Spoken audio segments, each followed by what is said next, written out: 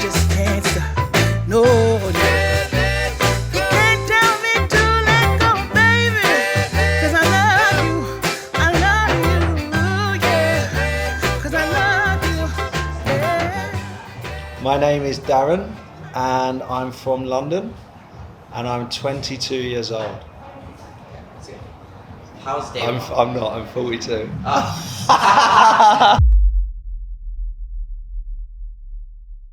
All the build up and the preparation coming together. Everyone was pumped after our 2 months of training rides.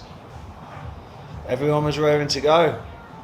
Everything was booked. We just had to meet at Gruppetto's, 7 a.m, and we were ready to hit the road. All right, we have 5 helium balloons that we're going to carry all the way around Bali on our cycle. And these balloons represent the children that we're raising money for. And it's also good for us to be safe and be seen. Be seen. Isn't that right, John? Yeah, be safe and be king. Be seen and be king, yeah. It was an awesome ride, actually. I mean, we had 70 Ks to Medewi. So it was our easiest day. But the stars had aligned for us that we got there for the afternoon pushing tide. So we were able to surf, which broke it up a little bit. We all knew each other very well anyway because of the training rides. It had brought everyone together. All right, guys, so the brief is we all know we're heading to Medewi. We all have the route in our planner. If we don't, we'll follow someone with the route. Let's try and stay together as best we can. Arrived at Gruppetto, there was a lot of excitement and you know, we all went pretty crazy to begin with. Had a few issues with finding a place to eat and all of that stuff. You.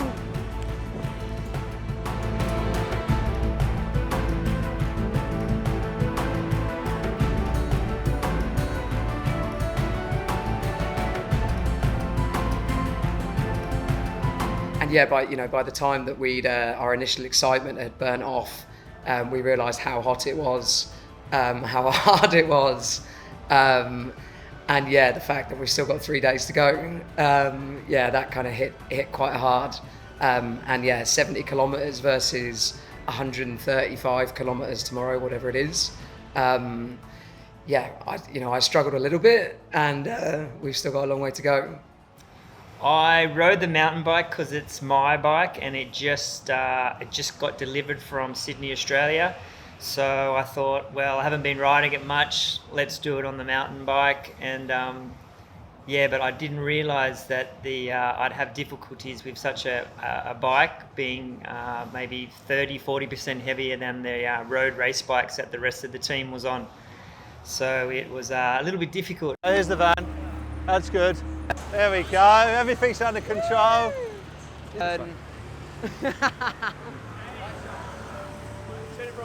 Right, so Sullivan coming up one of the first hills. What happened? Too much power, man. Too much power. I think we put it down to too much power and the chain couldn't take it.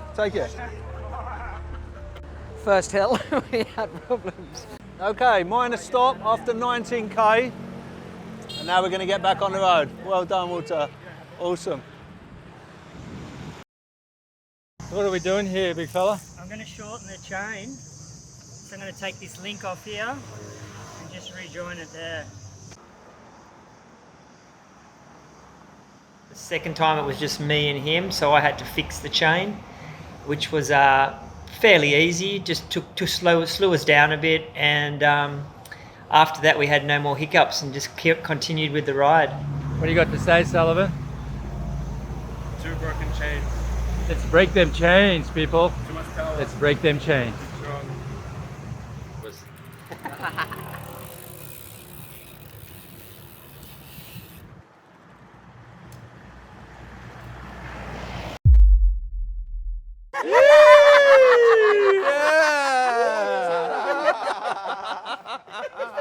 So we got a long ride today, but we're going to pull each other through. He's not interested. Come on, James.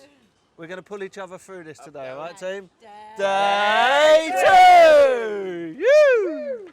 All right, so here we are, day 2. This is going to be a tough one. 135 kilometers from Medewi to Lavinia Beach. You ready for this show? No. The previous night, it was 12 o'clock and I was like looking at the clock saying, wow, I need to sleep, I need to sleep. So I slept only like 4 hours. And then, it was a bit, I was a bit slow in the morning and it was a bit hard. But then, and it was a bit rainy, so I'm not so comfortable with the rain because I've never ridden a bike in my life. So, but then the day got better, I got more energy.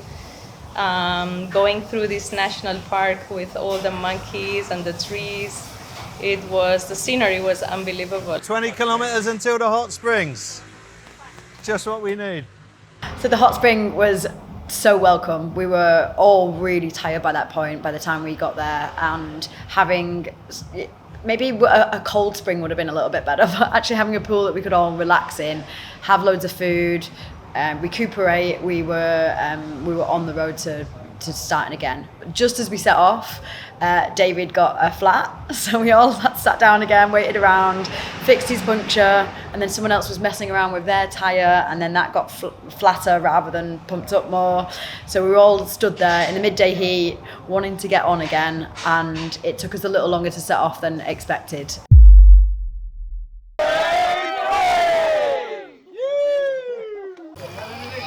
This is the real thing, baby!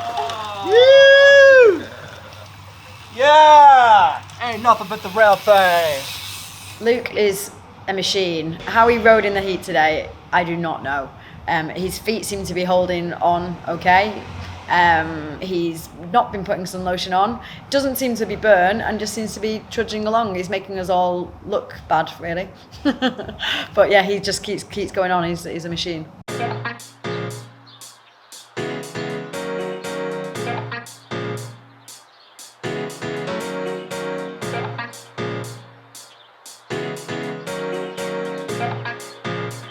We had a nice flat run for about 50 kilometers by the ocean, which was beautiful. We all got to ride in a pack and got through the first 50 kilometers really quickly, which was great because we knew we had a massive hill climb coming up and nobody was looking forward to that. So we were glad the first 50 kilometers went really well.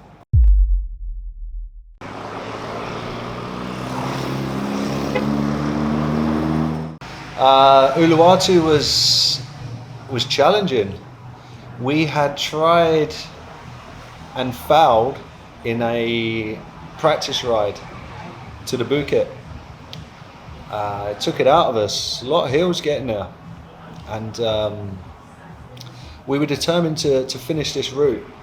And after cycling almost 400 k's, it was a challenge.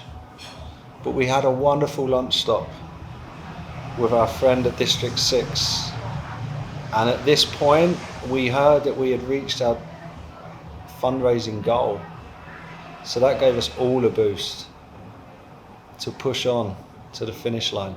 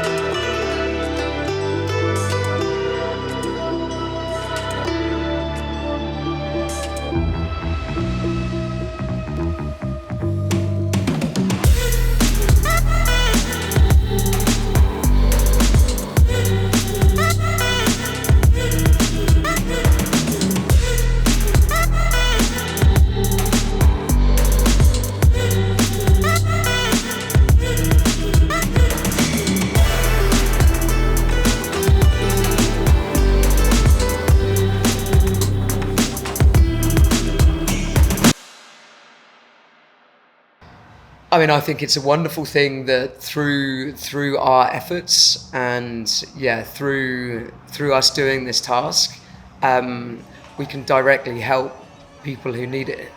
And I think in Bali, the people who, those of us who are fortunate enough to live here are very, very blessed to live the life that we do. And you often see this inequality and this poor people who don't have anything, don't have access to anything, and many times you think, okay, well, what can I do? And I think, by doing this task and raising this money and positively impacting the lives of hopefully many children and mothers, in some way we can give back to the community that's looked after us during Corona, during tough times. And they've allowed us to stay here and to lead blessed lives. So in some small way, we're giving back. And I think, I don't want to speak for anyone else, but personally, it made me want to do more. It made me say, okay, well, what else can I do? And what other challenges are there? And how else can I give back and help? And I think for kids, of course, the kids are our next generation, and they're the future. And if we can help those people who are struggling, sign me up.